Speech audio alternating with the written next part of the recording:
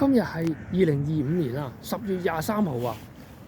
當地時間11點到喺土耳其嘅伊斯坦堡啦。而家望住嘅係博斯普魯斯海峽，可能呢個旅程係最後一個景點啦，同埋最後一個景啦。拍段片記錄下。啊，你幾平喎？啲水又好似睇落。咁啊，左手邊就去 Black Sea 㗎啦，去黑海。咁啊，係啦。右手邊咧就去返馬爾馬他海。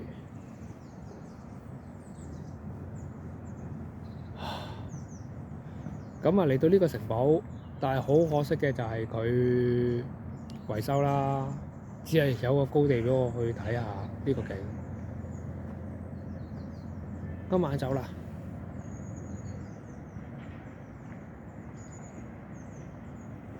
睇下四周圍。